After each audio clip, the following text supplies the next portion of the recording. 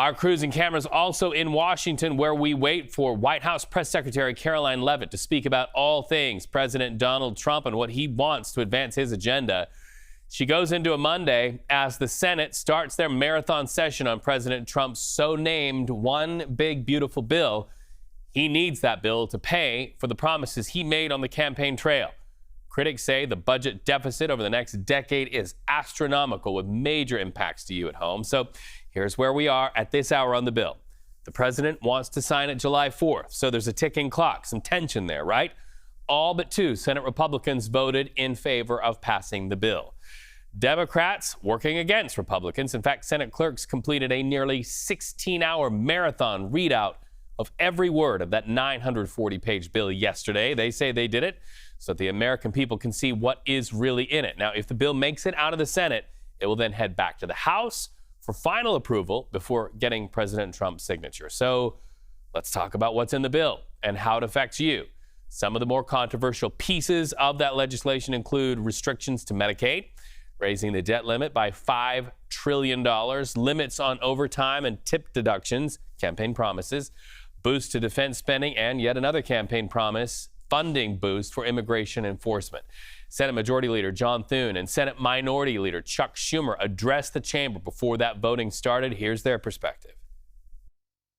With every rewrite, Senate Republicans have made their bill more extreme, pro-billionaire, and more hostile to people's health care and livelihood. Why do they do that? There's a small group on that side of the aisle, MAGA hard right-wingers, who are dictating what's happened, and all the rest of the senators on the Republican side who know it's wrong go along. A small group. They don't represent more than 10% of the American people, but they're dictating what this body does. A, because of the rules we have, a simple majority, but B, because our colleagues on the Republican side lack the courage of their convictions to do the right thing for the American people. It's outrageous. And Republicans fundamentally have believed that it's better if you allow the American people to keep their own money, that you distribute power out of Washington, D.C., back to state and local governments who are closer to the people and can make better decisions that are more informed by what's actually happened in their individual states. And so when we use reconciliation to keep taxes low, and by the way, that's all we are doing here is extending current tax policy. We are preventing over a $4 trillion tax increase on the American people. And when you vote against this, that's what you'd be voting for. All right, so CBS News White House reporter Aaron Navarro, he's watching for presidential reaction to the voting. But we first start with CBS News congressional correspondent and all-out smarty pants, Caitlin Huey-Burns on Capitol Hill. Caitlin, good to talk to you, my friend. They're calling this the vote-a-rama. That sounds like something that you would entitle maybe something to eat, but it is serious. What does a vote-a-rama mean there for the GOP and the Senate? Well, Reed, first of all, I'm going to put smarty pants in my bio, so thank you very much. I think you're the only one that has ever said that about me, so thank you for that, quoting you there. And as it pertains to vote-a-rama, this is one of those kind of nerdy Senate terms, but basically here's what it is. It's the idea that any senator can bring up any amendment in this budget procedure. This can only apply to budgetary items. And they can go for as many amendments and however long that they want. Back in 2008, there was a record set of 44 amendments. So if you're trying to do kind of the quick math at home, each vote on an amendment is about 15 minutes long. And if they go up to or past 44 amendments, that is taking us way into the early hours of the morning tomorrow, most likely. So here's what they're basically trying to do. You have lots of senators who are putting forward amendments that are basically messaging bills to try to either put forward an issue that they care about or to try to get the other side on record on certain provisions. And then you do have efforts to change or modify what's in this bill. And it's unclear at this point what actually has the votes to move forward. For example, there's a provision, an amendment being proposed by Florida Senator Rick Scott to scale back the the way in which the federal government shares costs with states as it pertains to Medicaid. So we're kind of keeping an eye on those to see if they pass here. But basically, this is a chance to either get your colleagues on record or get changes put into this bill, and we are likely to go into the wee hours of the morning tomorrow. Caitlin, I think you just gave birth to a new Instagram or TikTok series, Nerdy Senate Terms. 30-second reel. I'm manifesting it for you. I will take notes when you do it. Nerdy Senate Terms. Okay, so want to ask you about this. The Congressional Budget Office, they've made headlines for weeks, really, because they took that closer look at the impact of the bill. I can joke all day long about these nerdy concepts and sort of this insider baseball talk that we always have, but there's some real life impact, according to that budget office, to Americans. Yeah, and just to remind people, this is the Congressional Budget Office. This is a nonpartisan, essentially, assessment of what this bill actually does. They do these kinds of assessments for all these kinds of bills that pertain to the budget. And what they found is that it adds a $3 trillion to the deficit. So they're basically pointing out that the government is going to be spending a lot more money than it is taking in revenue. And that's something that has concerned conservatives in the past, and some of those conservatives holdouts here, and something that Democrats are really highlighting in this bill.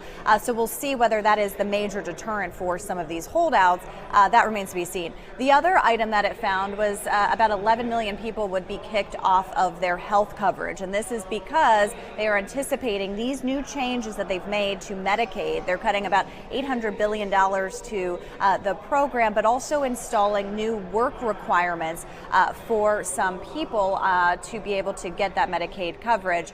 This is altogether suggesting, according to this scoring, that those people will lose their health insurance. Now, Republicans argue here, when it comes to some of these numbers, that it's not taking into account the amount of economic growth that will come from people, in their view, having more money in their pockets because of these tax cuts that they are extending, and more businesses having more tax relief as well. So whether and how that gets passed on to the consumer, we shall see. But that is their argument, at least for now, that it doesn't take into effect that kind of growth that they are anticipating at this point.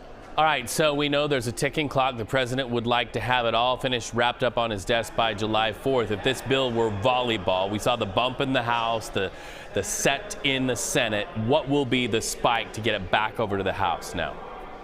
Well, as most people know, because they've been making plans, July 4th is on Friday, so very little time to get this to the president's desk. The Senate is expected to pass this tomorrow. It then has to go back to the House for approval. And Reed, you and I had many conversations over these past few months about how difficult it was just to get this through the House in the first place. The Senate's made a lot of changes here. So we have to wait and see whether those changes essentially have more members back away from this bill. You've already had House members voicing concerns. So that's the big question here. But I will say that Speaker Johnson over on the House side always tells us to, he is often underestimated, and he always delivers for this president. So we shall see. But still many steps to go before this has any shot of landing on the president's desk for a signature. Well, a tribute to your civics and government teachers. You've got us all covered. A masterclass at that. Caitlin Huey-Burns, always a joy to talk to you. Happy Monday, my friend. Right back at you. Okay, so CBS News White House reporter Aaron Navarro joins me now from Washington for more. Aaron, the White House is sort of like the catcher's mitt, and they're hoping to catch the ball by July 4th. What is it going to take to get this out into the president's desk? You're watching it from that angle. Yeah, Reed, good to be with you. It's interesting watching how President Trump has talked about this bill in interviews over the past week. Yes, today we're hearing from White House officials that they're optimistic it will pass the Senate today, potentially late tonight, midnight going into tomorrow, and then we'll go through the House. They're voicing confidence, but we're also seeing the president kind of show two windows. One window is, saying, quote, whatever it is, as long as we have it, it's very important, when asked about that July 4th deadline. So it signals to me that the president does not really mind should this take a couple more days in Congress to get to his desk. I think the reality is that this window right now is the best political chance for President Trump to get a bill of this size passed during his term, especially considering that in the midterms, the chamber could change political parties. And the president also had an interesting post regarding this bill over the weekend where he said, quote, "For all cost-cutting Republicans, remember, you still have to get re-elected." You've seen a lot of backlash when it comes to the Medicaid provisions in this bill. You've seen the Democrats say that they are going to hit Republicans on that going into the midterms. This is President Trump acknowledging the potential political blowback from passing this bill. All right, so while the president anticipates getting that bill on his desk, domestic issues at the forefront, but he's also working on some international global issues, a changing landscape there in the Middle East. He's expected to sign an executive order today easing sanctions on Syria, a changing, evolving Syria at that. What really precipitated this decision?